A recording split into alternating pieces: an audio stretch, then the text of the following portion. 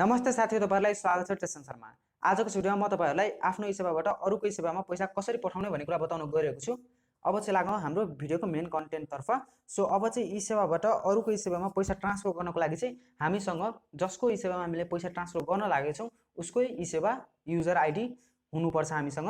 अब eSewa ID भनेको चाहिँ फोन नम्बर नै हुन्छ अथवा इमेल आइडी पनि हुन सक्छ। सो अब यदि हामीसँग अलरेडी eSewa युजर आइडी छ जसलाई हामीले पैसा पठाउनु पर्ने छ भने चाहिँ अब हामीले eSewa को एपमा लगइन गर्नुपर्ने हुन्छ, eSewa खोल्नुपर्ने हुन्छ। सो म आफ्नो यहाँ eSewa को एप खोल्छु। अब यहाँ eSewa को एप खोलिसकेपछि तपाईले देख्न सक्नुहुन्छ यस्तो खालको इन्टरफेस खुल्नेछ र यहाँ चाहिँ तपाईले ब्यालेन्स हेर्नको लागि जहाँ कि तपाईले यहाँ टप राइट कर्नरमा तपाईको फोटो देखाइरहेको छ होला, प्रोफाइल पिक्चर देखाइरहेको छ होला। सो यसमा क्लिक गर्नु होला। यसमा क्लिक गरेर तपाईले देख्न सक्नुहुन्छ ब्यालेन्स कति छ भनेर। सो मेरो एकाउन्टमा चाहिँ अहिले 200 ब्यालेन्स छ। सो म अब चाहिँ आफ्नो एकाउन्टबाट 200 नै आफ्नो साथीको एकाउन्टमा ट्रान्सफर गर्न लागेको छु।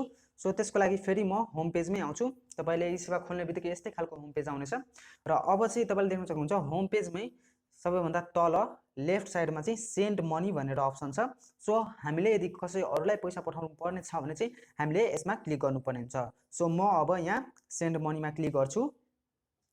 अब सेन्ड मनीमा क्लिक गरिसकेपछि चाहिँ हामीले चाहिँ जसलाई पैसा पठाउन लागेको छौं उसको eSewa आइडी यहाँ राख्नुपर्ने हुन्छ। यहाँ तपाईले देख्न सक्नुहुन्छ eSewa आइडी भनेर सोध्दैछ। सो हामीले यहाँ eSewa आइडी राख्नुपर्ने हुन्छ। सो म आफ्नो साथीको यहाँ eSewa आइडी राख्दिन्छु। ओके, सो तपाई पनि यहाँ जसलाई पैसा पठाउन चाहनुहुन्छ उसको eSewa आइडी राख्दिनु होला। त्यसपछि अब अमाउन्टमा चाहिँ कति रुपैयाँ पठाउन चाहनुहुन्छ त्यति अमाउन्ट यहाँ राख्दिनु होला।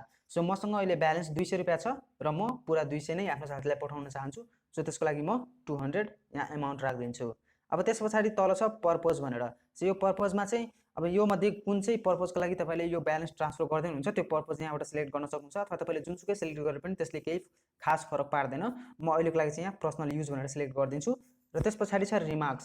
सो रिमार्क्समा तपाईले अब के लेख्न चाहनुहुन्छ भन्दाखेरि एउटा नोट दिन चाहनुहुन्छ भने त्यो रिमार्क्समा लेख्न सक्नुहुन्छ अथवा तपाईले यतिकै जेपीटी लेखिदिदा पनि हुन्छ। सो अहिलेको लागि म यतिकै जेपीटी यहाँ टाइप गर्दिन्छु।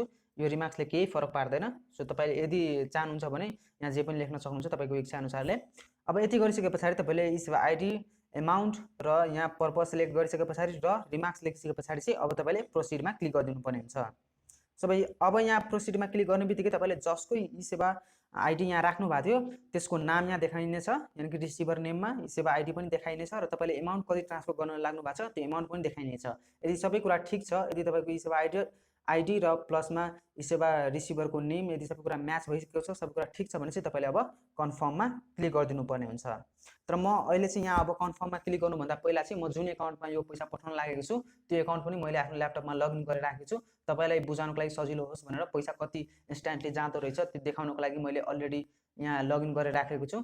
सो पहिला चाहिँ म आफ्नो साथीको त्यहाँ एकाउन्टमा ब्यालेन्स कति छ अहिले त्यो ब्यालेन्स देखाउँछु अनि त्यसपछि चाहिँ म यो पैसा ट्रान्सफर गरेर त्यहाँ पैसा आइपुग्यो कि आइपुगेन त्यो कुरा पनि देखाउँछु। सो त्यसको लागि म अब यहाँ क्यामेरा खोल्छु। देख्न सक्नुहुन्छ यहाँ चाहिँ मैले आफ्नो साथीको एकाउन्ट यहाँ लगइन गरेर राखेको छु। र यहाँ चाहिँ देख्न सक्नुहुन्छ 6670 भनेर। सो यहाँ चाहिँ ब्यालेन्स अहिले 6617 छ। अब म यहाँबाट पैसा ट्रान्सफर गर्छु। यहाँ कन्फर्ममा क्लिक गर्दिन्छु। अब कन्फर्ममा क्लिक गरिसकेपछि यदि तपाईले मोबाइलबाट चाहिँ पठाइराख्नु भएको छ भने तपाईले सुरुमै मोबाइलमा साइन अप गर्दाखेरि एउटा एमपिन सेट गर्नुभयो होला। सो तपाईले त्यो एमपिन यहाँ राख्नुपर्ने हुन्छ। म पनि आफ्नो यहाँ एमपिन राख्दिन्छु र त्यसपछि तपाईले कन्फर्ममा क्लिक गरिदिनु पर्ने हुन्छ। ओके, सो मैले कन्फर्ममा क्लिक गरिसकेँ र तपाईले देख्न सक्नुहुन्छ पेमेन्ट सक्सेसफुल भनेर देखाइसक्यो र अब चाहिँ यहाँ फिनिश भनेर अप्सन देखाइदैछ। सो यहाँ फिनिश गरिदिन्छु र अब चाहिँ मेरो ब्यालेन्स तपाईले देख्न सक्नुहुन्छ मेरो ब्यालेन्स यहाँ घटिसक्यो। 200 रुपैयाँ मैले पठाइसकेँ। सो अब मेरो चाहिँ 0.28 मात्र ब्यालेन्स रहेको छ र यो ब्यालेन्स चाहिँ अब मेरो साथीको एकाउन्टमा गइसकेको हुनुपर्छ। सो मैले भर्खरै पेमेन्ट सेन्ड गरेँ। सो त्यही भएर मलाई इमेल पनि आइसक्यो फन्ड ट्रान्सफर भनेर। अब चाहिँ फेरि म तपाईलाई क्यामेरा खोलेर आफ्नो ल्यापटपको स्क्रिन देखाउँछु। अब तपाईले देख्न सक्नुहुन्छ मेरो ल्यापटपको स्क्रिनमा चाहिँ मेरो साथीको एकाउन्टमा चाहिँ यस्तो खालको पपअप आइसकेको छ कि तपाईले 200 रुपैयाँ रिसिभ गर्नुभयो भनेर यहाँ देखाइदैछ।